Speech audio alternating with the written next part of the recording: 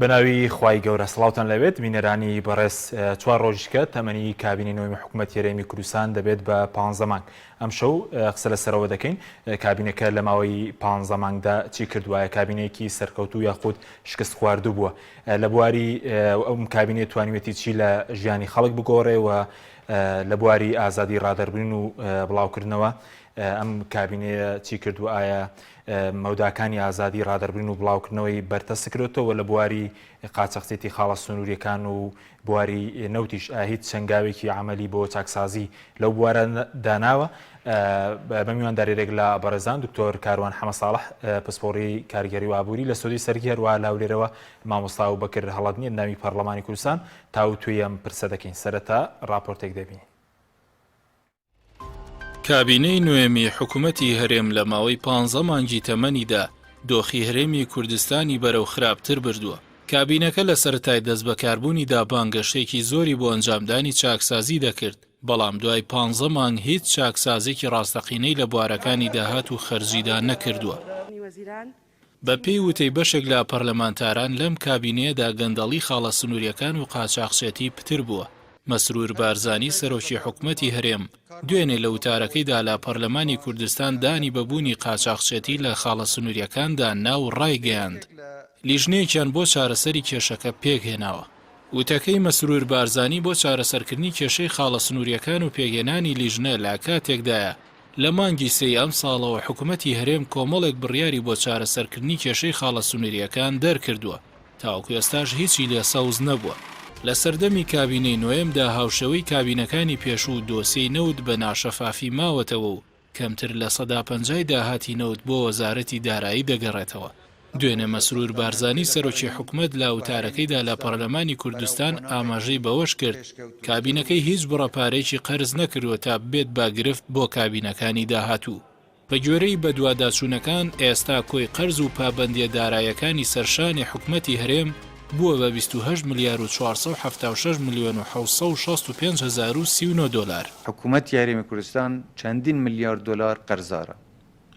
کە بڕی 27 میلیارد. ئەمە لە کاتێکدا خودی سەرۆکی حکوومەت لە وتارێکدا لە کۆتایی مانگی پێنجی ئەم ساڵ ڕایگەیاندبوو 27 میلیارد دلار قەرزدارن. واتە لە ماوەی 4 مانگدا قەرز و پابەندیە دارایەکانی سەر حکوومەت 1 میلیارد دلار زیادی کردووە. زیاتربوونی قەرز لەسەر حکوومەتی هەرێم پرسیاری لای هاوڵاتیان دروست کردووە و دەڵێن حکوومەت بە 2 مانگجارێک بە لێبڕینەوە موچە دابەش دەکات، ئەو قەرزانە بۆچی کراون؟ پەیوەست بە موچەش لە کابینەی نوێم لێبڕینی موچە هاتەکایەوە، وەک پاشەکەوت و قەرزیش هەژمار ناکرێت. موچەخۆران لە سایی کابینەکە لە دۆخێکی کارەسات باردان و تاوپێستا موچەی مانگی چواریان پێنەدراوە. هەروەها لە کابینەی نوێمدا ئازادی ڕادەربڕین و بڵاوکردنەوە بەرتەسکراونەتەوە چەندین چالاکوانان مامۆستا و ڕۆژنامەنووس دەستگیر کراون. یەکێکی دیکە لە بارگرانیەکانی کابینەی نوێم بۆ سەر هاوڵاتیان خۆی لەوەدا دەبینێتەوە بەشێک لە بەڕێوەبردننی کەرتەکان دراونەتە کۆمپانیا حیزبیەکان و وەرگرتنی بازیش لە خەڵک زیادی کردووە. سەبارەت با ڕێکەوتنی موچە و نەوت لەگەڵ عێراقیش کابینەکە نەیتوانی وە ڕێکەوتنێکی گشتگیر ئەنجام بدات. من مەسرور مەسعود کابینەی نوێمی حکوومەتی هەرێم لە دەی تەموزی 2019 لە پەرلەمانی کوردستان متمانەی پێدرا. دوای 15 مانگ لە دەست بەکاربوونی نەیتوانیوە هەنگاوی بوێرانە بە ئاراستەی باشکردنی دۆخی خەڵک بنێت.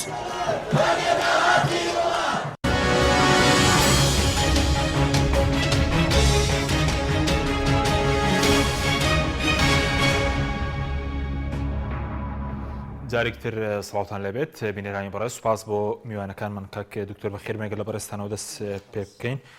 دەمەوێت سەرتا هەڵسەنگانی بەڕێزت بۆ وتارەکەی دوێنی سەرۆکی حکوومەت و کۆبوونەوەی پەرلەمان و وەڵامی سەرۆکی حکوومەت و پیساری پەرلەمان تارانچی. سپاس بۆ جەناب. لە ڕاستیە ئەوەی کە دوێنێ ڕوویە حکوومەت خۆی ناوی ئەنێ ئێمە ڕوونکردنەوەمان بۆ پەرلەمان و بۆ خەڵکا و پەرلەمانیش لە ئامساتیەوە بووە کە ژمارێکی یاسایی کۆکردێتەوە بۆی کە پرساندن کا بۆ سەرۆکی حکوومەت و جێگرەکەی و تیمی و حکوومەتی کە بە پرساندن دۆخێک هەیە. ئەمەی کە دوێنێ ڕوویە بەڕاستی شتێکی ڕۆتینە کە لە وڵاتان بەردەوام ئەکرێت و هەنگاوێکی ئیجابیە و ئەبێ بەردەوام بێت، بەڵام بەبێت تەعەسوبی حیزبی و بەبێ هەستی زاڵبوون و بەبێ ئیستیفزازکردن و بەبێ ئەوەی کە هەستکرێ قسە بۆ پەرلەمانتارەکرێت بێ بزانێ قسە بۆ نوێنەری گەلەکرێت ئەمە خاڵێکی زۆر گرنگە چونکە نابێ پەرلەمانتاران وەکو ئەندامێکی حیزب گفتوگویان لەگەڵا بکرێت نابێ وەکو نوێنەری حیزبێک گفتوگویان لەگەڵا بکرێت دوێنەوەی دەخوێنرا نابێ وەکو نوێنەری کوتلەیەکی سیاسی قسان لەگەڵا کرێ پێویستە کە چکە بەڕاستی ئەمە ڕەنگی یا بووە لە بەشێک لە تیمی حکومت وەزائیدەن لە سەرۆکایەتی حکومەتیش هەنێجار بە جۆرێ مامەڵەیە کرد کە وەکو سەرۆکایەتی پەرلەمانێکی نوێنەرایەتی گەل مامەڵەیان نەئەکرد لە کاتێکا کە ئەکرا دیفاعیان کردا لە ئەندامەکانی خۆیان لە ناو پەرلەمانە بۆیە پێویستە بەڕاستی ئەمە یا لەوەی ئێمە پێی ڕانەهاتووین یا هێشتا ماومان لە ئێمە دەست نەرمکەین و ئەم گفتوگویانە پارەی پێ بدرێ من لە ماوەی ڕابردووە لەگەڵ چەند کەسێکا کە دانیشتن گفتوگۆمان کرد لەو کاتێک کە ئیمزا کۆ کراوە بۆی سەرۆکی حکومەت بانکەن و لە پرسنەوە لەگەڵاکەن وتم من بم لە جێتی ئەو من خۆم دەست پێشخەریەکەم هەموو سێ مانگ جارێک خۆم داوای کۆبوونەوەی پەرلەمانەکەم بۆ ئەوەی بێم هەنگاوەکانی چەکسازیان بۆ ڕوونکەمە و ڕێگرەکان باسکەم بەڵام ئەو خۆی دەست پێشخەرێکی کە بەستەمە ناکەم ئەگەر بۆی ئێمە نمونەیەکی جوانی دیموکراسی و بیسەرمێنین کە بەڕاستی حکومەتی خەڵکە حکومەتی هاونیشتیمانیانە پێویستە نەک ساڵی جارێک نەک 4 ساڵ لە کابینەیەکا جارێک پێویستە 3 مانگ جارێ بەلانی کە بچکە لە وڵاتانی بەرهەمی هەبوو هیچ بەرهەمێکی هەبوو دانیشتنەکەی دوێنێ بەداخەوە بەرهەم چی ینی حکومت ئەبێ حکومەتی هاوڵاتیان بێ پەرلەمان ئەبێ نوێنەرایەتی گەل بکە لەم نێوەندا ئەبێ کە ئەوەی ئەکرێت یەکەم دڵی هاوڵاتیان خۆشکە و سوودێکی بۆ داهاتووی ئێستا و داهاتوو نزیک و دووری هاوڵاتیانە بێ لە کۆبوونەوەکەی دوێنی پەرلەمانە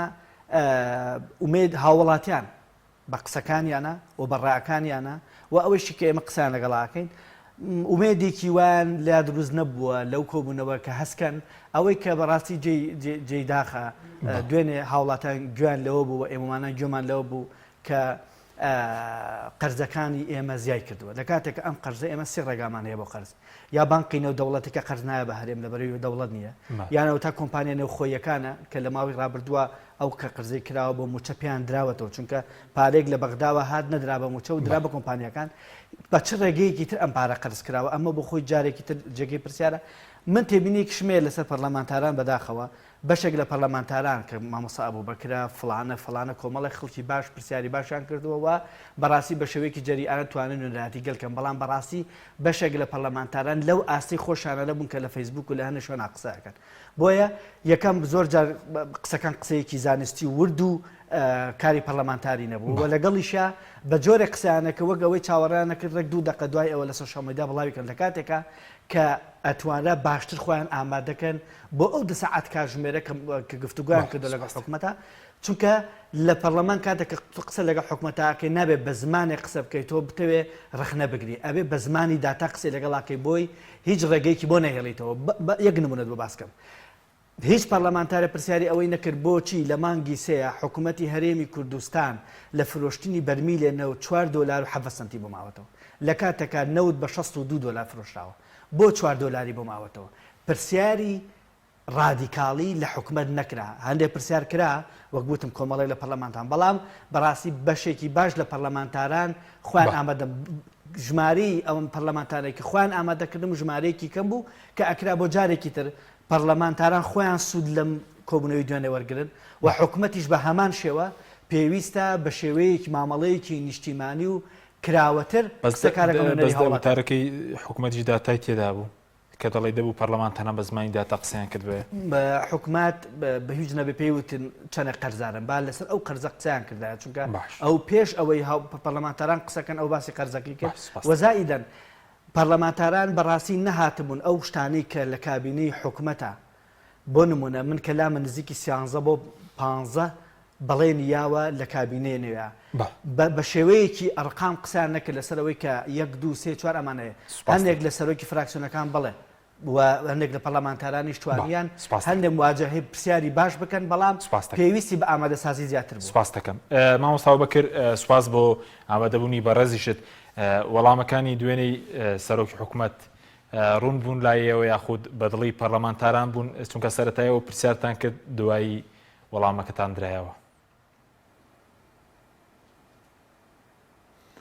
بە ناوی خوای گەورە و میهرەبان سڵاو لە بەڕێزت کاک حەکیم لە دکتۆر کاروان لە بینەرەکانی کەناڵی ئازیزی پەیام. دیارە ڕوون بوو کە کۆبوونەوەی دوێنێ بە پێی مادەی 66 بوو لە پەیڕەوی ناوخۆی پەرلەمان خستنە ڕووی بابەتێک بۆ گفتوگۆ و لەسەر داخوازی سەرۆکی حکوومەت بوو. بەڵام ئێمە هەر زوو ڕامانگەیان کە ئەم داواکاری سەرۆکی ئەنجومەنی وەزیران بۆ لە باربردنی یاداشتی پرساندنی 23 پەرلەمانتارەکە بوو کە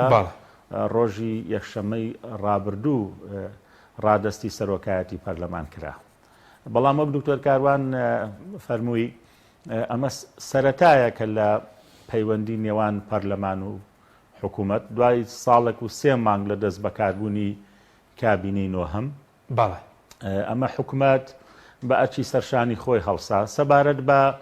وەڵامەکان. من بەش بە حاڵی خۆم ئەو پرسیارانی کە کردم لە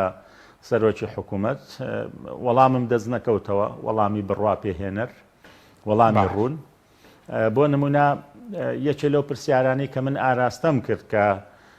بۆ لە سلێمانی تا هەولێر هێشتا سیمای دوو ئیدارەی هەیە و 5 بازگەم بڕیوە دوێنێکە هاتوون بۆ هەولێر. وەڵامی حکوومەت ئەوە بوو کە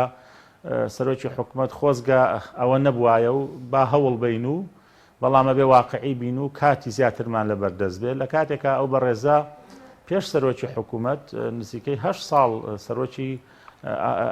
ئەنجومەنی ئاسایش بووە و ئەو بازگانە سەر بە ئاسایشە ئەتوانێت بە یەک بڕیار بازگە نەهێڵە نێوان شارەکانی سلێمانی و هەولێردا. دوو بازگەی ئاسایش لە سماقوڵی هیەکێتی و هیپارتین. ئەمە بۆ پرسیارەکانی تر تایبەت بە بودجە بە دواکەوتنی موچە تایبەت بە پرسی نەود یعنی کە ئادەی لە چاکسازیە هاوکێش ینی پرسی نەود لەکوێی هاوکێشە و پرۆسەی چاکسازیدایە. وەڵامەکان بەڕای من هەموو ئەو وەڵامانی کە سەرۆکی حکوومەت و تیمەکەی دایانەوە بۆ ئێمە شتی تازە و نوێی تێدا نەبوو و بە چاویان ڕۆشن نەبوو بۆ چارەسەرکردنی گرفت و کێشەکانی خەڵکی کوردستان. بەدیلیان تەڕح نەکرد ئەگەر بەغدا ئەو 320 میلیارە نەنێرێ بودجە نەنێرێ چارەسەریان چییە؟ ئەبوایە دوێنێ بیان خستایەتە ڕوو بۆ خەڵکی کوردستان و خەڵکیش دوێنێ میدیاکاران و ڕۆژنامە نووسان و چالاکوانان و هەموو ئەوانی کەم ئیحتیماماتی سیاسیان هەبوو بە گرنگیەوە سێری ئەو جەلسەیان کرد. بەڵام هیچ دەرچەیەک نەبوو و هیچ ڕێگا چارەیەک دەستنیشان نەکرا. بۆیە بەڕای من وەڵامەکان وەڵامی مقنع و بڕوا پێهێنەر باشە. بەس مامۆستا هیچ داتایەک خێر و لەلایەن حکوومەتەوە سەبارەت بەوەی کە بەداتا چ چاکسازیەک دیان کردووە لە نەوت لە خاڵە سنووریەکان هەروە لە گێڕانەوەی داهات لە ئەو یاسە چاکسازی کە لە مانگی حوتەوە چۆتە بواری جێبەجێ هیچ داتایەکە بوو لەو بارەیەوە؟ هەندێک داتای کەم خرانە ڕوو بۆ نمونەکە لە پرۆسەی ئاڵوگۆڕی کارەبا لە نەوتی ڕەشەوە بۆ گاز ئەمە و باسییان لە هەندێک دۆسیە کرد کە دراوە بە دادگا هەندێک لە پرۆژەکان. بەڵام ئەو داتایانە ڕوون نەبوون ئەوەی کە پەرلەمانتاران ئەیانویست کە ئادەی دوای دەرچواندنی یاسای چاکسازی کە لە یەکی حوتەوە چۆتە بواری جێبەجێکردنەوە لە ماوەی ئەو 3 مانگ و چەند ڕۆژەیە مەردودی ئەو یاسایە کامەیە و دوای ساڵێک و 3 مانگیش لە دەست بەکاربوونی ئەم حکوومەتە باسی دەستکەوت و ئیجازەکانی ئەم حکوومەتە نەبوو. هەر وترا وا ئەکەین لە داهاتوە ئەوە پرۆژەمانە و چەندین جار سەرۆکی حکوومەت ئاماژەی بەوەدا کە کاتمان بدەنێ و تەنانەت چەند جارێک دووبارەی کردەوە کە دوای 4 ساڵ ئێمە تەقیمکەن لە کاتێکا لە هەموو دنیاە هەموو حکوومەتێک کاک دکتۆر بۆ خۆی پسپۆڕی بواری کارژێڕی و ئابوووریە نەخشە ڕێگەی کورتخایەن هەیە و درێژمەوداش هەیە. ینی تۆ بێ بڵێ لەم 6 مانگە لەم ساڵە ئەمانم ئەنجام داوە لە ساڵی داهاتوو ئەوە ئەنجامەدەم ناکرێ. ئێمە و کاتە تەقیمی ئەوانۆکو خۆیان وتیان لە 4 ساڵی ڕابرداهاتووە گەل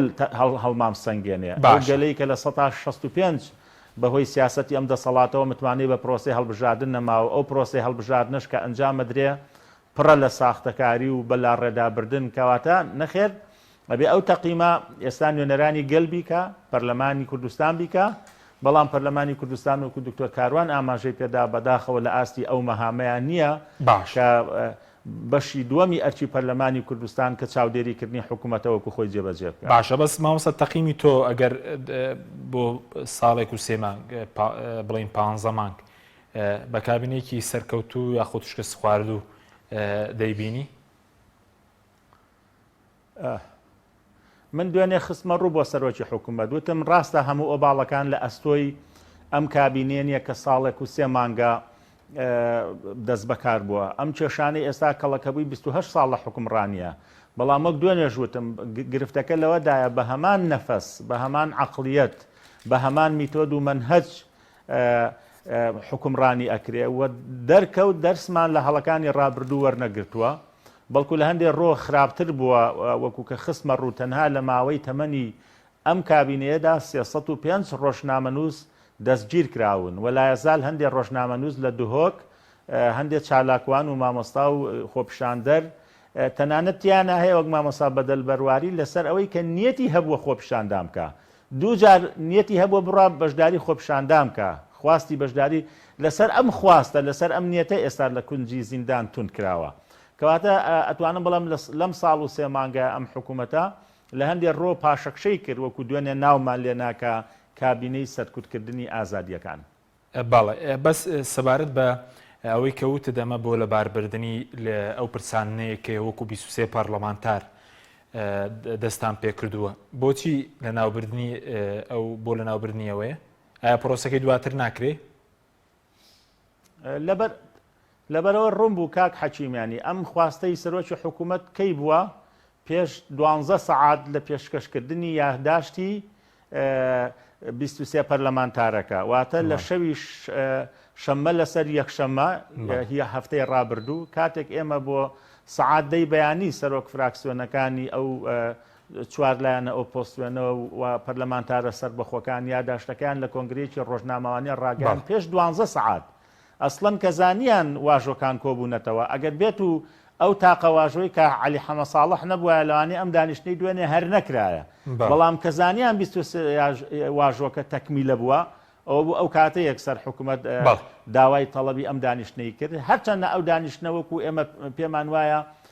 ئەم سەرەتایە باشە، خۆتە زانی لە بەریتانیا هەموو هەفتە یەکسەرە گۆزیران دێتە ناو پەرلەمانەوانێ و وەڵامی پرسیاری پەرلەمانتاران ئەداتەوە، حتا لە پێڕەوی ناوخۆی پەرلەمانی کوردستان بەڕوونی دیارە کە ڕۆژانی پێنجشەممە بۆ حکوومەت دانراوە، واتابێ هەموو هەفتەیەک حکوومەت بێتە بەردەم پەرلەمانی کوردستان، بەڵام ئێمە دوای ساڵێک و سێ مانگ ئەم حکوومەتە ئەبینین و خوا ئەزانێت لە داهاتوە کێ دەیبینینەوانێ. بەڵێ سپاس دەکەم دەگەڕێم وڵات دواتر کاک دکتۆر سەبارەت بە دۆخی موچە ئەوەی کێمە دەمان بینین لە وتارێکی دوێنێ سەرۆکی حکوومەت کە باسی لەوە کە خەتای ئەوان نییەوە ئەوە لێبڕینی و خۆ گونجاندرە موچە لە سەردەمی ئەم کابینەیە چی بەسەراتوە؟ بڵێ وڵی ئەوەی شتێکی زۆر سەیرە ئەوەیە کە لەم کابینە بە ژمارە نزیکی 64 بڕیار دەرچووە، 64 بڕیار بۆ چاکسازی و پێداچوونەوە بە خاڵە سنووریەکان، چاکسازی لە موچە، چاکسازی لە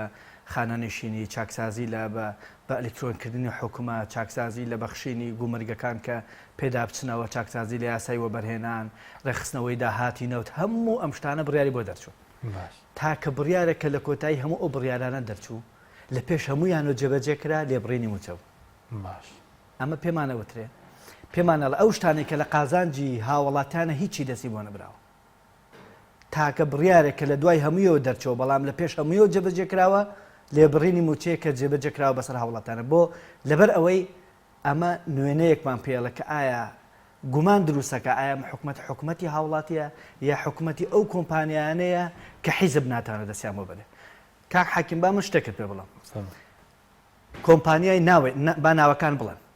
با گوێشان لێبێت، کۆمپانیای کار و کۆمپانیای قەیوان باشە بەرمیلێ نەوت ئەپاڵێون بۆ حکوومەتی بەغدا بە $10. $10 کۆمپانیاکە کۆمپانیای کوردی نییە؟ بەڵێ دوێنێ لە پەرلەمان نیانوت ئەو کۆمپانیانە کۆمپانیای نیشتیمانین یان کۆمپانیای کوردستانین باشە کۆمپانیای کوردستانی بۆچی بۆ حکوومەتی بەغدا بەرمیلێ نەوت بە $10 پاڵێوێ بۆ هەرێمی کوردستان بە $21 پاڵێوێ لە کاتێکە بە ئەمەژی زافەکەم ئێستا حکوومەتی بەغا داوا ئەکا نەوت نێن بەکار و قەیوان بۆی بپاڵدرێ بە $10 چونکە ئەو $10 6 هێندە زیاتر لە ستانداردی عالەمی ئەیە بە $21 ئێمە چەند هێندە زیاتر بێ بۆیە بەڕاستی هەرێمی کوردستان ئەمانە من تەنها بە نمونە باسێکم ئەم مۆبایلم پڕە لە ئەرقامی سەسوورهێنەر کە بەڕاستی لە هەج وڵاتێکە ڕووبات هەرگیز قابلی قبولکردن نیە ئەم حکومەتە ئێوە ئەگە حکومەتێکی جیاواز بێت لەبەرەوەی کێشەکانی ئێمە جیاوازن و فەرزە لەسەری کە جیاواز بێ هەنگاوەکانی جیاواز بێ منیش هاوڕایی دکتۆر مامۆستا ئەبوبەکر هەڵەد نیم بیزەبت ئەمە کەڵەکە بووی 30 ساڵ حکومرانیە شکست خواردی حکومرانیە لە هەرێمی کوردستانە بەڵام لەبەر ئەوەی ئێمە لە 2013 و 14 و تا 15 موچەوە خۆی بووە بەڵام ئێستا دۆخێکی جیاوازە کەواتە بێ حکومەتێکی جیاوازمان نەبێ کەواتە ئەبێ هەنگا و ویستەکان جیاواز بێ یعنی تۆ دیقەت بە شتێکی زۆر سیر و سەمەرە لە سەدا هەفتای دەستی کار کەوتە دەستت کار گەنجێک ئافرەتێک هەچ کەسێک کە توانای کارکردنی هەیە پێوتێ دەستی کار باش لە سایە هەفتای دەستی کار لە کەرتی گشتیا لە هەرێمی کوردستانە لە هیچ قوژبنێکی ئەم جیهانە شتیوانە کە نابێت لە سا 15 بۆ لە سا 20 پەرکە ئەبێ ئەوی تری لە کەرتی تایبەت تابێ و کەرتی تایبەت ئەوە پێش بخرێ خەڵک خۆی خاوەنکار بێ کەرتی تایبەت گەنجی تیابێ مهندسی تیابێ خۆیان ئەوانە کارکەن ئەم بارگرانی گەورە خراوەتە سەر حکومەت بەس دووفاقەکە لەوایە بەڵام هەموو دەواازە سنوورەکان دراون بە کۆمپانیەکان بە کۆمپانیا حیزبەکان ئێتۆ لە سا هەفتای خەڵکت لە کەرتی گشتیا تاعین کردووە بێکارێکی شاراوە هەڵاوسانێکی توانای مرۆیید لە کەرتی گشتیا دروست کردووە هێشتا بەڕێوەبردن دەواازەکانی نایێتە کە تۆزە پارە بۆ حکومت بۆ بەڕێوەبردن دەواازەکان بەڕێوەبردن دەواازەکان 12 جۆر 11 بۆ 12 جۆر باج لە خەڵک وەرەگرن لە پێناوی چی لە پێناوی دەوڵەمەندبوونی کۆمپانیەکانە باش من لێرەوە ئێڵم ئەو کۆمپانیانە تەنها کۆمپانیایەکی پارتیژ نین کۆمپانیا شخصی تایە کۆمپانیا حیزبی تریشی دیە بۆ لەبەر حیزبی تریشی تایە ئەو حیزبی تایە لە دەسەڵاتایە بەڵێ کە بەداخەوە با یەکەم کەس خۆی بواە کە بە پسیاتیەوەی هەڵگرتایە کە ئەبێ لێ پێچینەوە لە کۆمپانیاکەی من بکرێ لە کۆمپانیاکە ئێمە بکرێ قەیناوە دراوە بە شخصێک بەڵام کارەساتێکی تر ئەوە یعنی ئەم حکومەتە کاسبی بۆ کۆمپانیەکانەکە چۆن کاسبی دەکە لە کاتێکە ئێستا حکومەت خۆی بڕیاریەوە دوێنێ بەڕێز مەسرور بەرزانی وتی ئێماوەیەکێک لە هەنگاوکانمان ئەوەیە کە بچینەوە بە حەسەی کۆمپانیەکان و حەسەی حکومەت لە ئەو کۆمپانیانی کە لە دەواازە سنوورەکانە کۆمپانیا هەیە پارە لە هاوڵاتی وەرەگرێ باشە 100,000 جارە 50,000 لێ وەگرێ بۆ بەڕات نازانم بۆ تعقیمی سیارە لە سایە 85 داهاتەکەی بۆ ئەو کۆمپانیا 15 بۆ حکومەتە یعنی هەر نییە هەر باجی ئەو زەوی کە کۆمپانیاکە لەسەری وەستاوە ئەو لە 150 حەقیەوەی نییە ئەی باشە بۆ هاوڵاتیەک کۆمپانیایەک لە بازارێکە گەنجێک ئێوە کارێکی خۆی بکە قەتعەیەکی کۆمپانیاکەی خۆی قەتعەیەکی پێشانگای سوپەرمارکێتەکەی خۆی هەڵەواسێ بە ئاسمانەوە هەڵێواسێ بە ئاسمانەوە وە کەرتی تایبەتی تۆ پێش نەکەوتۆ تا ئێستا تۆ بتەوێ حەو نوع باج لە دوکاندارێ وەرگری باشە قەتعەی کە هەڵی ئەواسێت پارەی لێ وەرەگرێ ساڵانە باشە پارەی لێ وەرەگرێت بەبێ ئەوەی تەسەوڕەکەی بڕۆ لە باج و دەرامەت پرسیار بکە پێی ئەڵێ ئەم ساڵ زەرەر مەڵە زەرەرتە بڕۆ دایخە ئەوەندە بێمنەتن لە خەڵک ئەڵە بڕۆ دایخە ئەڵێ لەسەر چه ئەساسێت تۆ باجم لێسەنی حەو نوع باج ئەڵێ لەسەر ئەساسێوی کە پارچەنم لێسەندیم ساڵژەونم لێسەنی ئێڵە کاکە لە کوردستان هەر مانگەی بە نوعەکە ژیە بۆیە بەداخەوە ئێمە هەتا ئێستا ناتوانین بڵێین نە سیستەمێکی اقتصادیمانی لە ڕیزانیوە نە حکومەتێکی نیشتیمانی هەیە نەویستێکی چاکسازی ڕاستەقینە هەیە بۆ بە دوواداچوون بۆ ئەوەی یعنی تۆ دیقەت بە 64 بۆ 65 بڕیار دەرکراوە یەک بڕیار نییە زەمن سەقفێکی زەمەنی بۆ دانرابێ ئێمە کەی دەبەجێ بێ خاڵێکی تر بڕیار دراوە بۆ بە ئەلکترۆکردنی کاروباری خزمەتگوزاری حکومەت و وەزارەتەکانەوانە لە هەموو ئەمانە دان چی جێبەجێ کراوە ئەوەی عریزە نووسەکان کە 25,000 لە خەڵک وەرەگرن مەڵە دوای لەژێر فشار بە حسابی خۆیان کردێنە پارە وەرەگرن بەڵێ 15 بەبەسم لە چیە بەڵام ئەوەی دەفەرمە و بابە ئەلکترۆنی خەڵک بێ مامەڵەیەکی خۆی کا کۆمپانیاکە خۆی تازە کاتەوە هاوڵاتیەک درێوێ مامەڵەیەکی نفوزی خۆی بکە لە ڕێ حکومەتەوە با بێوێ لە ڕێی راپۆرتی ئیشوکاری خۆی بدا خاڵێکی تحەزم ئاماژە بەوە یاسای موچە و چاکسازی لە موچە و خانەنشینی لەسەر باشە لە ژمارە 274 وەقایەکی کوردستان بڵاوەتەوە باشە لە 11 کانون یەکەمی 2019 باش هەتا ئەستا جێبەجێ نەکراوە نە خانە نشینی ڕێکخراوەتەوە نە پلە باڵەکان موچیان بڕاوە لەم هەمووە هاتوون بۆ موچە هەڵاتن بۆیە بەڕاستی ئەمەی ئەوەترێ تەنها بریتیە لە کەسابەتکردن بۆ حیزب و بۆ کۆمپانیەکان لەژێر ناوی حکومڕانی. سپاس دەکەم. مامۆستا بەکر بگەرم و لای بەرەزت تێبینی دروست بوو لە سەرەوەی کە بۆچی فڕژ بۆ سەرۆکی حکوومەت ڕاخرا بوو یاخودە و دەنگویانە ڕاست بوون کە ڕێکاری ئەمنی توند لە ناو پەرلەمان گیرابێتە بەروەرەگان نەدابێت لە کۆبنەوەی یەکەم بڵێن لە بەشی یەکەم تەنها دەبێت ئاوی خواردنەوەش بۆ ئێوە دابنرێت. بەڵێ بەداخەوەیانی سیمای دوێنەی دەوروبەری پەرلەمان و حکوومەت لە هەولێری پایتەخت سیمایەکی ناسروشتی و نائاسایی بوو هەر لە دەوروبەری چوارڕیانی هۆڵی سەعەد عەبدوڵڵاوە ئێمە ئەمان بینی کە چەکدار و ئاسایش ئەو شەقامانەی شەستی و ڕێگەی پەرلەمان گیرا بوو ناو هۆڵی پەرلەمان خەڵکێکی تیا بوو کە بەجلی بەدەنیەوە من هەر خۆم نەمبینی بوو بە فیعلی بە حیاتی ئەوە بێژگە لە ڕاخستنی فەرشی سوور کە تۆ سەرۆک حکوومەت بەڕێز سەرۆکی ئەنجومەنی وەزیران سەرۆکی وڵاتێکی بیانی نییە کە بێ سەرۆکی ئەو حکوومەتەیە کە لەو پەرلەمانە متمانی وەرگرتووە ساڵێک لەوە پێش نێوانی پەرلەمان و حکوومەت هەمووی 20 مەتریان بینە ئەو ڕێکارانەوە بە خۆشتان بینیتان کە بەردەمی هەرسێ دەرگاکەی پەرلەمان هەرسێ دەرگاکەی پەرلەمان کرابەوە لە هیچ کۆبوونەوەیەکە دەرگاکانی پەرلەمان ناکرێتەوانێ پێوە دەدرێ و دادەخرێ بەڵام خرابوونە سەر پشت وەکو بۆ ئەوەی کە هەر حاڵەتێکی نەخوازرا و ڕوو بدات زوو فریاب بکەون و خەڵک هەبوو لە ناو هۆڵا بە فیعلی ینی کە بێجگەلەوەی کە پرسیارمان کرد بۆ پاکەتی کلێنسەکان لەوێ نین بۆ دەبە ئاوەکان لەوێ نین وەڵامیان داینەوە کارمەندەکانی پەرلەمان وا فەرمانمان پێکراوە دواتر بۆمان دەرکەوت کە ئەمە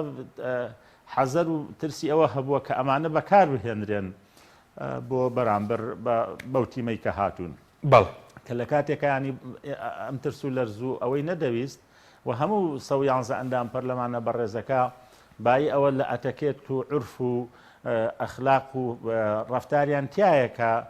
ئەسڵەن ئەگەر پەرلەمانتارێک من کە حەقم پێ بێ بەڵگەم پێ بێ وەکو کاگدکتۆر وتی خۆم ئامادەکرد بێ بۆ ئەو جەلسەیە چ پێویستم بەوەیەکە پەنا بۆ ڕێکاری نائاسایی بم یان خۆم تووڕەکەم یان جەلسەکە بشێوێنم کەسێک حەقی پێ بێ قەت خۆی ناشێوێنێ چکە تۆ ئەتوانی بە ئوسلوب و شێوازی خۆت کە بە منطقی قسەکردنی خۆت هەم پرسیارەکان لە حکوومەتکەی هەم خواستی ئەو شەقام و خەڵک بگوازیتەوانێ و هەم ڕەخنەش لە ئەدای ئەو حکوومەتە بکری کە ئێمە لە ڕوانگەی کارنامەکەیەوە دوێنێ ڕەخنەکانمان گرتووە باش ینی کارنامەی حکوومەتمان هێناوە هەموو ئەو بەڵێنانە زیاد لە 70 بەڵێنە هەموو ئەوانەمان هێناوە لە ڕوانگەی ئەو ئەم پرسیاران مامۆستا لە هەفتەیەکە چەندی جێبەجێکراوە هەوایەکی وڵا یەک دانیان لەوەی یەک دانەیەکیان جێبەجێ کراوەکە ئەویش یاسای نیوە ناچەڵی چاکسازیە کە ئەویش هێشتا گرنتی نییە بچێتە ناو بواری جێبەجێکردنەوە چونکە من ئەمڕۆ بۆ خۆم لەگەڵ لیژنەی پێشمەرگە سەردانی وەزارەتی پێشمەرگەمان کرد لەو یاسای یەک بورگە جێبەجێکراوەکە وەحدەی حیسابی یەکەکانی 70 یەخراوەتەوە بەڵام یەک دنیا ئیشکال ماوە یەک دنیا کێشە ماوە من بەڵگەوە خستمە ڕوو بۆ لە بەردەم هەم وەزیریش و هەم بەڕێوەبەرایەتی خانەنشینی گشتی پێشمەرگەکە ئێستا دەستکاری فایلەکان نەکرێ ینی ئەوانەی کە نامستەحەقن من دڵنیام ساڵێکی تر 6 مانگی تر ئەم پرسیارە لە بزانین چەند خانەنشینی نایاسایی بڕاوە چەند دۆسەی شەهید کە بەناڕەوا شەهیدە چەند کەس کە کەمەندامی سەنگەرن چەند کەس حتا 400 قایمێکی 400 کەسی هەیە لە بەردەم داواکاری گشتیە ئەمانە ڕۆژێک لە ڕۆژە وەزیفەیان نەبینیوە بەڵام بە وەزیر و بە وەکیل وەزیر و بە مدیر عام و بە ڕاوێژکار و بە خەبیر ئەمانە خانەنشین کراون ئەسڵەن ئەمە یاسای چاکسازی هەر ناوێت چونکە ما بني على الباطل فهو باطل چونکە ئەمە هەر لەسەر بەتاڵ ئەمانە خانەنشین بوون ئەوە پێویستی بەو یاسایەش نییە بەڵام لێرە و لەوێوە تا دۆسیەی هەموو ئەوانە ڕێکە خرێتەوان یەکێگە ڕوا خزمەتی سندیکا هێنێتەوە یەکێ فەرمانی نەوەتەکانی بۆ دەرەکرێ هی 2000ەکانی بۆ دەرەکرێ ئەشەرعێنرێ یەکێ مالیدەکەی گەوراکرێت بۆی کە شمولی خانە نشینی بکات چونکە کاک حەکیم ینی چاکسازی پێویستی بە سێ ڕەگەز هەیە یەک ئەبێ بڕوات بە چاکسازی هەبێ بڕوا قەنەعەتت بێ چاکسازی بکەی کە من ئەمە هەست پێ ناکەم دووەمە بێ ئیرادەی چاکسازیت هەبێ کە ئەم ئیرادێش بوونی نییە سێم ئەبێ ئەو کەسانی کە چاکسازی ئەکەن کەسی ئیسلاح خواز بن کەسێک خۆی خەڵکی بە ناڕەواخانە نشین کرد بێ کەسێک خۆی سەری بە هەندێک دیوەخان ناکرد بێ و بۆ مشتێ دەنجی هەڵبژاردن سەدان کەسی دامەزران دەبێت لەسەر حسابی تەلەبە و قوتابی و دەرچووی زانکۆ و پەیمانگا خۆی وعدی هەڵبژاردننی دابێ خۆی تەزویر و ساختەکاری بکە خۆی دەمانچە تەوزیعکە خۆی پارە تەوزیعکە ئایا تۆ گونجێ ئەمە ینی چاکسازی ئەنجام بدا بۆیە ینی ئێمە خوازیارین کە ئەمە بکرێنی خوازیارین ئێمە ینی کە ئەوە سێ مانگ بەسەر دەرچواندنی ئەو یاسایە تێپەڕیوە بە ئێمەیان نەوت ینی چەند بەرگە جێبەجێکراوە من دڵنیام دوای ساڵێکی تریش هەنم قسانەی دوێنێمان پێوترێتەوە واقعی بن پەلەمان لێمەکەن حتا ئەوترێ دوێنێ بە ئاشکرا وترا بەڕاستیکە ئێمە دەست بۆ چاکسازی بەرین ترسی دوو ئیدارەیمان هەیە ئەزانی کاک حەکیم ینی سێرم فلیمەکە لە ناو وەزارەتی پێشمەرگەیە یعنی بەش هەبووە بۆ چێ بەش هەبووە بۆ ئەوانەی کە سەنگەرە گوازنەوانێ قسم هەبووە لە ڕاستی ئەمانی کە لە سەنگەرە گوازنەوە لەم حیزبە بۆ ئەو حیزبە لە ناو وەزارەتێکە ینی ئەمە کەی لە کوێی دەوڵەتداری ئەم سەرزەویە هەیە ینی لەبەرەوە ینی نەنیەتی چاکسازی هەستپیەکەین نە ئیرادی چاکسازی دەستپی ئەەکەین چونکە داروپەردووی ئەم دەسەڵاتە حیزبیە لە دوو زۆنی کوردستانە بەڕاستی بە ڕێگەیەکی ناشەرعی و بەتەنێکی ناشەرعیە هاتووە سپاس دەکەم بەڵێ بینەرانی بەڕێز ناوبڕێکی کورت و دەگەڕێنەوە وڵاتان لەگەڵمان بمێنەوە تاکە بریکاری تۆڕی میدیایی کۆمەڵ بۆ دروستکردن و بڵاوکردنەوەی ڕێکلام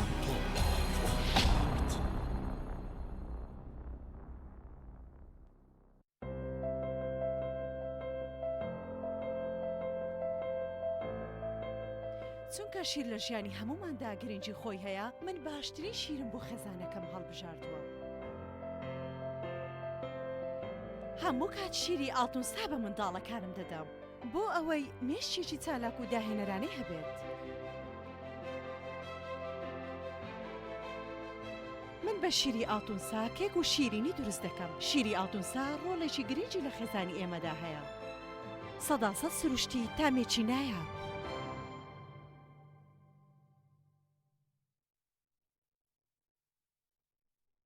چۆن زۆپای ئەسڵی تۆیۆتۆمی تۆربۆ یابانەی دەناسرێتەوە وشەی تۆربۆ ناوی مارکەکە نیە ناوی مارکاستەیەکە تۆیۆتۆمیە و ئێستا لە عێراق و کوردستان بە تۆربۆ ناسراوە و هەربەم هۆیەوە دەرفەت بۆ ساختی ئەم کاڵایە لە بازاردا زۆر بووە و بە ناوی تۆربۆ لە وڵاتانی تر ساختە دەکرێت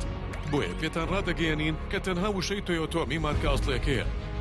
گەرانتی 3 ساڵی لەگەڵدایە بە تەنها زۆپای تۆیۆتۆمی فتیلەکەی سیڵقی هەیە کە بەشی 3 ساڵ دەکات زۆپای تۆیۆتۆمی یابانی مۆدێل RC37 ئارامی و دڵنیایی ئەم کوڕاناوی چالاکە حەزی لە چپسێکی چاکە بۆیانینی لای تاکە زۆر تەندروستە و زۆر پاکە ئەم چەشناوی باریە حەزی لە چپسی نینیە نینی تامی سروشتیە هیچ چپسێک وەک ئەو نییە هەر جوانیش کوڕێکی جوانە حەزی لە ئاهەنگێرانە لە یادی لەدایک بوونەکەی چپسی نینی بوو هەڵبژار دەکەی نینی هاوڕێی مناڵانە تامی خۆشە و بێزیانە بۆن و ڕەنگی هەمە جۆرە شێوە و قەبارەی زۆرە گوشاری نینی تامێکی لە یاد نەکراو برنجێک بخۆن کە دڵنیابن لەسەر چاوەکەی چونکە تەندروستیتان لە هەموو شتێک گرنگترە برنجی سروشتی شیمال باشترین جۆری برنج لە تەواوی دنیا ئەویش بەهۆی ئەوەی لە خاکێکی بەپیت و جەوێکی شێدار و باراناوی شیمالی ئێراندا دەڕوێت برنجێکی سروشتیە و هیچ مادەیەکی کیمیایی و حافزەی تێکەڵ نییە و هیچ زیانێکی بۆ سەلامەتی و تەندروستی و قەڵەوی نییە بگرە زۆریش بەسوودە پێکاتە و ڤیتامینەکانی برنجی سروشتی شیمال پرۆتین، ئاو، ڤیتامین ئی، کالیسیۆم، ئاسن، مەگنیسیۆم، مەنگەنیز، پۆتاسیۆم، ڤیتامین B1، B2، B3، B5، B6 واتە ئەم برنجی کارگەکان نییە خاڵی بێت لە ڤیتامین بەڵکو چڵتوکە و خۆمان کڕی دەکەین شێوازی لێنانی لەگەڵدایە بۆ دەستکەوتنی برنجی سروشتی شیمال پەیوەندی بکەن بە 1970 353 27 27 هەر کات تاقیتان کردەوە خۆتان بڵاوی دەکەنەوە.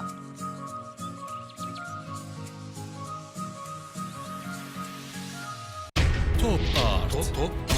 تاکە بریکاری تۆڕی میدیایی کۆمەڵ بۆ دروستکردن و بڵاوکردنەوەی ڕێکلام تۆپ ئارت.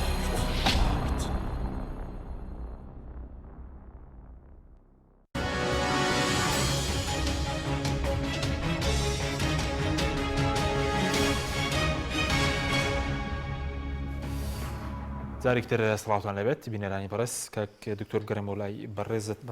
سەبارەت بە موچە و سەبارەت کە دۆخی موچە بۆچی وای لێ هات لەم کابینە ئایچ پەیوەندی بەوە هەیە کەم بار و دۆخی ئێستا بەوەی کۆرۆنا و دابەزی نرخی نەوت یاخود پەیوەندی بە گەندەڵیەوەی دووش لەسەر زیادبوونی قەرزەکان کە لە ماوەی 4 مانگە 1 ملیار دۆلار قەرز زیاد کراوە. بڵێ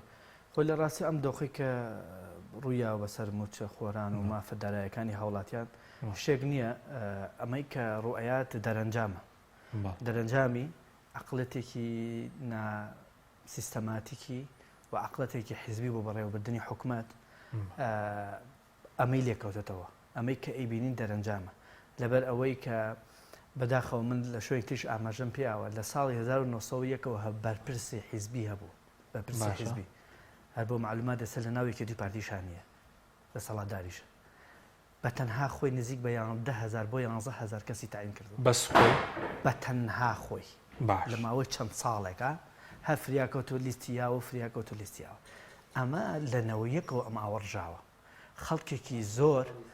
لە کاتێکا وەک ئەوەی کە ئەمە چاکە بەرامبەر بە خەڵکەکەن بەڵام لە دوورمەودا غەدرێکی گەوریان لە خەڵک کرد خەڵکیان بێتوانا کرد کاکە من لەگەڵ شخصا قسم کردووە بندیوارە هەر شخصی خۆی پێی وتوم وتێتی بڕوا بکەن ئەم موچەی بندیوارە ئەوەندە تەمەڵی کردوم دەهێندەی پارەکە زەرەری لیاوم وتم بۆ ئەوی دکتۆر ناتوانم لە هیچ شوێنی ئیشکەم ناتوان بم بەو کەسەی احتیادی کە بتوانم دەست و عقلم خەمە کار ئیشکەم کاتێکە بیرەکەمەوە بێ تاوەکو سەعات 5 ئێوارە خۆ میلاکەم ئیشکەم کە سێرەکەم نیوەی ئەو پارەم دەسەکەوێت کە لە ماڵەوە بۆ مێنە ماڵەوە بە چه حسێکەوە من بچم ئیشکەم خۆ میلاکەم خۆی اعترافی کرد بۆیە ئەمە پێوترێ چی لە ڕووی علمیەوە ئەمە کفرێکی زانستیە بۆ مامەڵەکردن لەگەڵ توانای مرۆیە تۆ بەهای توانێ ئەم شخصە دابەزاند واد لێ کرد هەرگیز هاندانە نەبە بۆ ئیشکە واد لێ کرد بۆی تەمەڵی بکەی خۆی اعترافەکات چەندەها هەزار خەڵکی ئەوەمانەیە یعنی تۆ دیقەت بە کۆرۆنا ڕاستە وەزعەکە کە بەسەر حکوومەتی هەرێمە هات و جوڵەی بازرگانی کەمی کردووە و نرخینە و دابەزیوە بەڵام کێوتێتی هەموو لە ماوەی ئەم 3 ساڵە بیل لەوە نەکەنەوە کە داهاتان بە تەنانەوت نەبێت کێ ڕێی لێگرتوون لەوەی کە بۆچی لە 1970 هەموو بوجێ هەرێمی کوردستانە چێ بۆ موچە ئەم هەموو خەڵکەتان بۆ تعین کردووە بۆ ئێوە بەرنامەیەکی سیستەماتیک کاکە ئەو هەموو ڕاکە کارەسا دەوێت ئێستا سەرۆکی حکوومەتی هەرێمی کوردستان من بەڕاستی هەنە جار یعنی دڵشم بۆیان نەسوودێ کاکە یاری دەدەرەکەی لە ماوەی 2 ساڵە بۆ بە ملیۆنەر ئێستا تۆ بەتەمای ئەو پرۆژە چاکسازت بۆ جێبەجێکە یاری دەدەرەکەی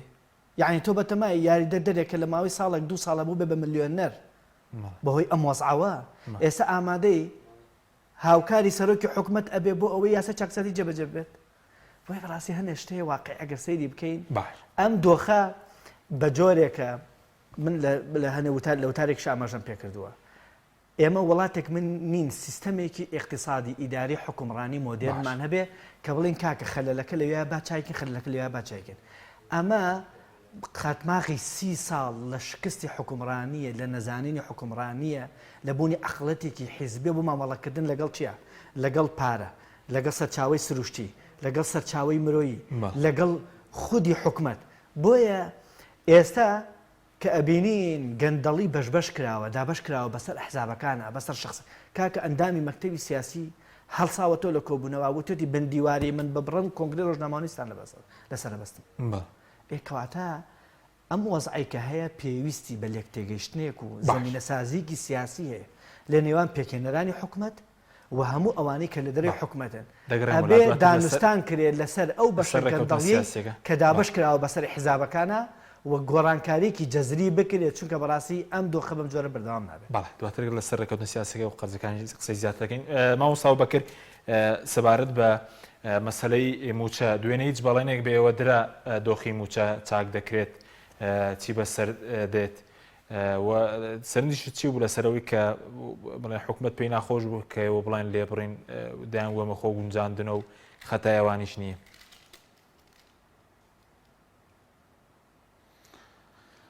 بڵێ ئەوەی کە هەر ناوێکی لێ نیت ینی لێبڕینی موچە هیچ پاڵپشتێکی یاسایی نییە و حکومەت خۆی خستۆتە ناو ئەم چاڵەوە کە ئەمڕۆ وەک خۆیان ئەڵەن بە ناچاری هەرچەنە بنڕوان بەو دەستەواژەیە نییە چونکە ئەگەر بێت و داهاتی خاڵە سنووریەکان بە شێوەیەکی عادیلانە کۆ بکرێتەوە. طبعاً بۆ خۆتان ئەزانن زیاتر لە 20 خاڵی سنووری فەرمی و نافەرمی هەیە. من نەتوانم یەکێکیت بۆ بژمێرم هەر لە پەروێزخان، هەر لە پشتا، هەر لە سەرتەچی بەمۆ، هەر لە مەرزی سازان، هەر لە تەوێڵا، بڕۆ بۆ باشماخ، بڕۆ بۆ سەیرانبەر، بڕۆ بۆ چێلێ، بڕۆ بۆ گرگاشێ و چۆمان، لەولاترەوە بڕۆ بۆ حاجی ئۆمەران و فیشخابور و یعنی ئەمە وەلید و سیمێڵکا و ئیبراهیم خەلیل هەموو ئەمانە پارە کۆکرێتەوانێ و بەشێک لەم داهاتانە شەخص ئەیبا و گروپ ئەیبا خێزان ئەیبا بەداخەوانەیە کە هەموو ئەمانە لەبەرەوە گەر حکومەت خۆی ئەم داهاتانە بە شێوەیەکی ڕێکوپێک کۆی بکاتەوانێ کاکە حیزبی سیاسی هەیە لەم کوردستانە 20 کەناڵی ئاسمانی هەیە باشەمە لەکوێ ڕوابڕێەوە بە چی تەسیسەکرێ ئەم هەموو ئەجهیزە و ئەم هەموو پەیام نێرە یعنی ئەم هەموو 90,000 کۆمپانیا هەیە لە هەرێمێکی بچکۆلانی وەکو هەرێمە زیاد لە 5,000 ڕێکخراوەمان هەیە کە ئەمانە دەعمەکرێن و هاوکارەکرێن ینی جوانە ینی دوێنێ پەرلەمانتاری قسێکی جوانی کرد کە لە سای ئەم جۆرە حکومڕانی و بەڕێوەبردنە حکومەت قاسەکەی بەتاڵە بەڵام حیزب و شەخص هەڵتۆقیوە و دەوڵەمەند بووە بۆیە هیچ بەڵێنێکیان نەدا و هیچ چارەسەرێکیان پێ نەبوو بۆیە بەداخەوە عنی ئەوەی کە بۆ حکومەتیش سەرەگریانی تا ڕادێکی زۆر بێدەنجی خەڵکە بێدەنجی شەقامەکە لە ئاست ئەم دۆخەدا باشەویست بوو بە عیسیانێکی مەدەنی سەرتاسەری خەڵک بێتە جواب بەڵێ فشار کاریگەری دەبێت چونکە ئەمڕۆ بۆ کوردستان ئێمە دەبین لە عێراق دوای فشاری خۆپیشاندەران بڕیاردە سپەی موچەکەی مانگیلول دابش بکرێت کە دە ڕۆژێک دواکەوتە بوو لێرە فشار کاریگەری دەبێت کە دەڵێت پێویستی بە فشارە بۆ دابەستکردنی موچە ئەبێ گوشارەکان وەکو گوشاری عێراق بێت چۆن لە عێراق حکوومەتی گۆڕی کۆمەڵە بڕیار و ئیسلاحات جێبەجێکرا و بەڵام گوشاری کوردستان گوشارێکی جزئیە وەکو باسم کرد ئەبێ گوشارێکی عیسیانی مەدەنی سەرتاسەری بێ تۆ 250,000 خانەنشینی مەدەنیت هەیە ئەم 250,000 کەسە 100,000 بە خێزان و مناڵ و برژێنە سەر ئەو شەقامە بزانە حکوومەت بە چۆکای هێنیان بە چۆکان ناهێنی 200,000 مامۆستا هەیە 2,000 مامۆستایەتە سەر شەقام و خۆپیشاندانەکە ئەمە وڵاتێکی دیموکراتی نییە کە بچووکترین گروپی گوشار تەنانەت جاری وایە لە ئەوروپا یەک تاقە کەس حکومت بەهانایەوە چۆ کردووە بۆیە بێ ئەم گوشارانە لەسەر ئاستی چەندایەتی ئێمە بێ بەرفراوانتریکەین باشە بەس ئەگەر وەڵامی چەند پرسیارێکترمان بە کوردی سوپاس دەکەین بە کورتی کاتمان کەماوە سەبارەت بۆی کە جۆرێک لە هێرشی تێدا بوو وتارەکەی سەرۆکی حکومەت بۆ سەر ئۆپۆزیسیۆن ئێوە بەنیازی ڕوخاندنی حکومەت بن وەکولایەن ئۆپۆزیسیۆنەکان وتی چی دەکەن بیکەن یاخود داوایەوەی لێکن کە سەرچاوی داهاتی پیشاندەن ئەگەر پێتان وایە داهاتەکان بەشی موچە دەکات هیچ قسەیەکتان هەیە لەو بارەیەوە وەڵاماندایەوە ئێمە دوێنێ کە نابێ وا بێ منەتانە سەیری ئۆپۆسیۆن بکرێ و حتا حەکیم هیچ هێزێکی ئۆپۆسیۆن لە خولی سێمی پەرلەمانەوە تا ئێستا شیعاری ڕوخاندنی حکومەتی نەبووە ئێماڵین خۆتان چاکەن بەس فراکسیۆنی ئێمە لە ماوەی ئەم 7 ساڵەدا 5 پاکێجی چاکسازیمانداوە بە حکومەت کە خۆی چاکە ئێماڵین خۆتان چاکەن حتا ئەگەر دروشمی ڕوخاندنی حکومەتی شەڵبرین ئەمە کفرێکی قانونیە لە ئەوروپا و پۆستۆن حکومەت و ڕوخێنێ ئەمە هێشتا ئەوەمان بەرز نەکردوێتەوانە هێشتا مراعاتەکەین ئەڵین فەرمون خۆتان چاکەن ئەوەی کە بەرچاو ڕۆشنیان کەین بەڵێ ئێمە لە ڕاستەیە پێمان وتونیانی ئەگەر ئاما بکەن خەرجی چۆن کەمەکەنەوە و چۆن داهاتیش زیاتەکەن لە سێکتەری کارەبا لە مساتەحا لە زەوی کوشت و کاڵی لە دەواازە سنووریەکان لە داهاتی مەتارەکان لە داهاتی ناوخۆ بەڵام بەداخەوە هەموو پێشنیارانی ئێمە بەبایە ئەڕوات. باشە مامۆستا دوا پرسیارم زۆر بە کورتی لە 15 مان کچ دەستکەوتێکی کابینێ ئێمە هێشتا نەمان بینیوە وەکو عەرزم کردن و پێمان وایە لە هەندێک ڕۆ پاش کشەی کردووە بە تایبەتی لە مەجای سەرکوتکردنی خۆپیشاندان و ناڕزایی و هەروەها بەرتەسەکردنەوەی ئازادیەکان وەزاڵکردنی هەژمونی هەواڵگیری هەژمونی ئەمنی بەسەر سیمای حکوومەتە ئەسڵەن کوردستان پاشەخشەیەکی زۆر زۆر گەورەی کردووە لە ڕاستێ لەو ڕوانەوە. سپاس دەکەم کاک تورکاتمە زۆر کەمەوە بەس ئەم کابینەی لە ژانی خەڵک گۆڕیوە یاخود ژانی خەڵکی بەرەو خراپتر بردو لەسەر قرزەکانی زیاد بوون سەرنج چی بوو؟ بەڵێ وەڵای لە ڕاستی ئەمەی کە ڕۆیان لە هەرێمی کوردستانە بەداخەوە هەموو ئەو شکستانە نە حیزب باجەکەیە نە کۆمپانە حیزبەکان باجەکەیان نە ئەشخاصە حیزبەکان باجەکەیان حیزب بە معنە خراپەکەینا بۆ معنای کە دەستیان بردەوە بۆ قوت و بۆ ژیانی ئەو خەڵکە ئەوەی کە باجەکەیە بەڕاستی هەر هاوڵاتیانە باش هاوڵاتیان ئەوە 30 ساڵە دوونەوە دروست بوو لە دوای ڕاپەڕینەوە بەڵام بەداخەوە ئێمە هەر ڕۆژە بژێرن بۆ موچە کە پێم وایە ئەمە بەشێکی پەیوەندی بەوە هەیە کە هەتا ئێستا هەستێکی نیشتیمانی و ویستێکی نیشتیمانی نیە بۆ خزمەتکردنی خەڵک و وەک لە هەواڵە ئاماژەم پێکەوە حکوومەت و بڕیارەکان ئەوەندەی لە خزمی کۆمپانیەکانە لە خزمەتی کۆمپانیەکانە بووە ئەوەندەی لە خزمەتی چینی گەندەڵکارانە بۆ ئەو نەخ لە خزمەتی هاوڵاتیان ئەی سەبەر بە زیادبوونی قەرزەکان زیادبوونی قەرزەکان ملیارێک زیادی کرد لە 4 مانگە لە ملیارێک و 400 میلیۆن دینار زیای کردو لە هەواڵ ئاماژەم پێ کرد کە ئەم قەرزە بەڕاستی نەک هەر خودی ئەم قەرزێکی ئێستا زیای کردووە لە 21 پێنجەوە کە سەرۆکی حکوومەت لە وتارێکی ڤیدۆیا وتی 27 ملیار قەرزان هەتا ئێستا ئەمە هەر نەچۆتە پەرلەمان باشە کە بزانین ئەم قەرزە چەنی قەرزە چەندێکی ئیلتیزاماتی دارایی حکوومەتە بەرامبەر بە کۆمپانیا بەرامبەر بە پاشەکەوتی موچە هیچ شتێکڕوونکردنەوە لەسەرەوە نیە چ جای لەسەر ئەم بەڕەپارەی کە زیای کردو بۆ قەرزەکە کە نازانین ئایا بۆ بەرهێنانی غێر نەوتیە بۆ ئەوەی جارێکی تر ئێمە داهاتی ترمان هەبێت کە تەسەوڕ ناکەم شتی وە هەبێت چونکە بەداخەوە تا ئێستا ئێمە جگە لەنەو دەست نەبراوە بۆ هیچی تر حەزەکەم ئاماژە بە یەکشتی ترکەم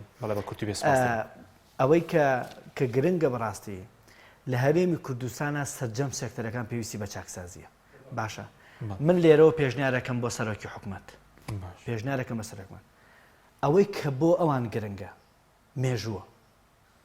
ئەوەی کە بۆ ئەوان گرنگە مێژووە 5 ملیۆن هاوڵاتی هاواریان لەدەست گەندەڵی لەدەست قۆڕخکاری لەدەست ناشەفافیت لەدەست هەموو لەدەست بێبەڵێنی بۆ چارەسەرکردنی کێشەکان و بۆ چاکسازی بۆیە سەرکردەی کاریزما لە ڕووی عیلمیەوە قائیدی کاریزما ئەوەیە کە لە کاتی قەیرانەکە فرێ هاوڵاتیانەکەوێت باشترین دەرفەت بۆ ئێستا بۆ سەرۆکی حکوومەت بەڕێز مەسرور بارزانی ئەوەیە کە بیسەلمێنێ قائیدێکی کاریزمایە ئەتوانێت ڕوبەڕووی تەحەداتەکان بێتەوە و ژیانی هاوڵاتیان باشکە زۆر ئاسانیشە با لە ژیانی خەڵک چیمان پێ دەڵێ ئێستا ئەمەی کە پێمان ئەڵێ بەڕاستی هاوڵاتیان بێخاون خاڵک ئەمەوێ ئەمەژە بەیەکشتکە پارتی ئەگەر لەبەر ئەوەی سەرۆکی حکوومەتی لەژە دەسایە وەزائیدەن کۆمەڵە پۆستی زۆرنی پۆست حکوومەکانی لایە چاوەڕێی یەکێتی نەکات با فەرموود لە خۆیەوە دەستکا بە بڕینی بندیوارەکانی خۆی آخر کارەساتە لە 140 هەموو فەرمانبەرانی گشتی بندیوار بن باش ئەبێ پارتی چاوەڕێ ئەوە نەکا و لەگەڵی کێتیا پێویستە دەستکەن بە دانوستان و پێیەک بنێن بە خۆیانە بۆ ئەوەی لە مێژووە لە داهاتووە بۆ مێژوو پێنەدرێ پیانە زۆر سپاس بۆ وەرزان دکتۆر کاروان حەمەد ساڵح پسپۆڕی کارگەروی ئابووری لە سەوی سەرکێڕوا لە هەولێرەوە مامۆستا و بەکرەڵەدنی ئەندامی پەرلەمانی کوردستان سپاس بەوێ بینەرانی ڕێ سپاس بە هاوکارانم خواتان لەگەڵ